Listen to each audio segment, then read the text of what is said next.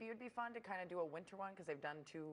Oh, yeah, like, I heard kind folks saying that skiing warm, or something. There's three now, warm weather destinations. Okay. But I think you got to kind of stick with, because you get cuter outfits in the summer. Always. All right. Is your child always holding up a peace sign in photos? Yep.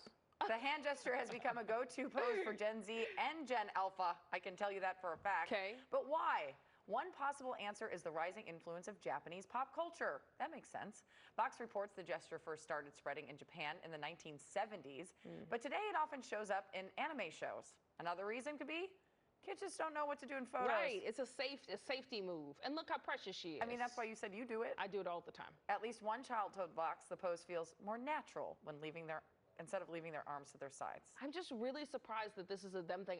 Millennials get attacked for this on Instagram right now. There's like a trend that's like, resist the millennial urge to do this in every photo. See, that's funny because I don't do this. And I watch my stepson do it all the time. Okay, well, peace. We'll see you guys at 9 o'clock.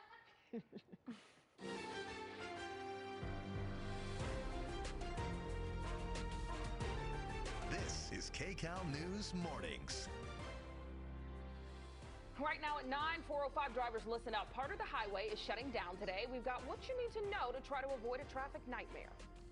Plus, getting inked is all the rage these days. So why is there still a stigma? We're going to dig into the long-held belief about tattoo lovers. And the Chargers getting a taste of South America. We'll see what they thought about some popular Brazilian snacks. Oh, that looks fun. It is fun. We hope you're having a good morning watching Kcal News Mornings at 9. Today is Friday, September 5th. I'm Jamie Yukas. And I'm Sheba Turk. Thank you for joining us on this Friday morning. Let's get a check of your weather. We want to know what's in store for the weekend. Meteorologist Paul Diano tracking that. Hi, Sheba. Hi, Jamie. Good morning to you at home. I'm loving these temperatures. Many of you at the 9 o'clock hour.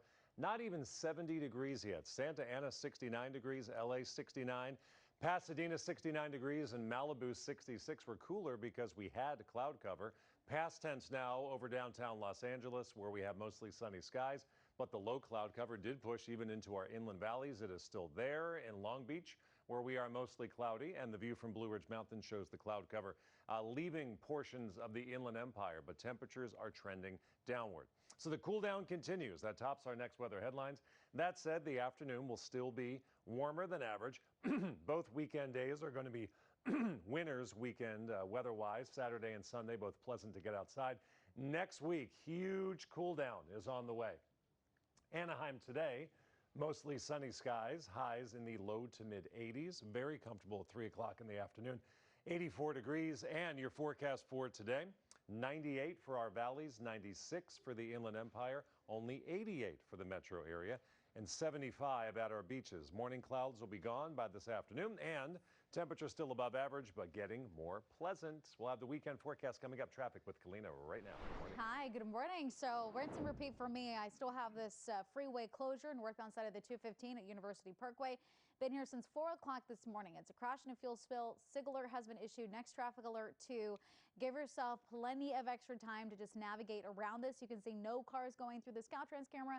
Again, that is because it is off limits. So take the 15, take Cajon Boulevard, or take Kendall Drive. All of it will help you navigate right around that closure. The rest of the IE, Cajon Pass, you look great. 91, you're still recovering from an earlier problem. We have some traffic building westbound side right around Tyler. Here's a look at Orange County this morning. Lanes now open following this crash on the 91 West at Carmenita. You can still see that backup of 23 minutes from the 5 to Carmenita. And here's a look at LA. So lots of yellow out there, of course, some red. And I do have this crash that's still causing a backup, even though it's on the shoulder. Eastbound 60 before Rosemead Boulevard. Usually we have traffic heading westbound. This will impact, again, your eastbound commute. It'll take you about 17 minutes from Garfield over to Rosemead. And now I'm seeing traffic on the 10 heading eastbound as well. Leaving you with a live look at the 405 freeway, Sepulveda Pass. Some traffic here too, so give yourself a little extra time. Ladies, back to you. All right, thank you, Kalina. Some developing news now. A man with a blowtorch arrested after trying to burn down a home. Assignment manager Mark Lou is at the desk with details from police. Mark, what do we know about this? Yeah, Sheba, so LAPD and LA City Fire say when they arrived, this home was already on fire, and police say that suspect was still inside the home armed with a propane blowtorch. Kcal got overhead. You can see some of the smoke rising from this home on LaMarche Street in Mission Hills. This is right where Devonshire crosses the 405. It's about 6:55 this morning that LAPD arrived here. You can see them lining up in front of the front door as that suspect was still inside there, armed with some kind of a propane-powered blowtorch. Now, LAPD said they saw him in there lighting this home on fire. They were very concerned They couldn't let firefighters in because they were concerned that that suspect, who appeared to be under the influence of some kind of a substance, was going to try and harm firefighters. Now, he went upstairs. LAPD took that moment to grab the propane tank. You can see it right there, bring it outside the house. But that suspect was still inside, refusing to comply. So LAPD did finally go in there and take that man into custody. You can see him here coming out in handcuffs. They do say he is now facing felony arson charges and also the violation of a restraining order. So it appears that that suspect has some kind of a connection here to this home. That is the very latest from the desk. I'll send it back to you. All right. Thank you, Mark. Painful traffic delays are expected this weekend on the 405 freeway for a major project. That's right. We are giving you a heads up. Kcal News reporter Amanda Sorrentino live in Brentwood with what drivers need to know to get around this mess. Amanda? All right, well, I would just stay away from the 405 this weekend. That's it. I'm done with my live shot at this point. No, but seriously, though, they're going to shut down 3 lanes starting at 10 p.m. tonight till 5 a.m. Monday. We saw it 2 weeks ago. We're going to keep seeing it in the next coming weeks as well. You see these closure signs behind me. We're right off the Sunset Boulevard exit right here off the 405.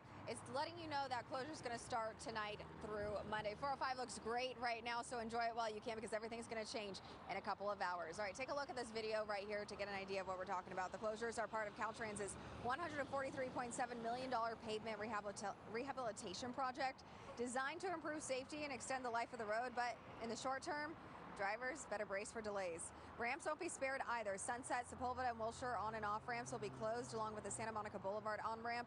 And as anyone who drives the 405 knows, when traffic backs up here, the impact is felt all the way to the 10 and the 101. Well, just a few weeks ago, we saw this same project create gridlock. This is what you're looking at here on your screen. Some drivers reporting it took hours to move just a few miles. Officials advise using surface streets like Sepulveda, planning ahead, or taking public transit even to avoid the bumper-to-bumper frustration. And Caltrans says extending some of this work into daytime hours will help them finish the job more quickly, which is what we all want here. If you come back out to us live, this is only round 2. Caltrans says this is planned about every other week for the next 25 weekends, so we better just get used to it. Again, the roads on the 405, 3 lanes on both sides are going to be closing starting at 10 p.m. tonight. They'll reopen at 5 a.m. Monday morning, just in time for that work week commute. But just stay away from this area if you can over the weekend. You'll be better off for it. Back to you guys. Yeah, be a lot less frustrating to just stay home. I know. All right, Amanda, thank you. Time right now, 9:05. Still ahead, up in the air is a filthy place to be. Filthy! Next, we'll chat about the dirtiest places on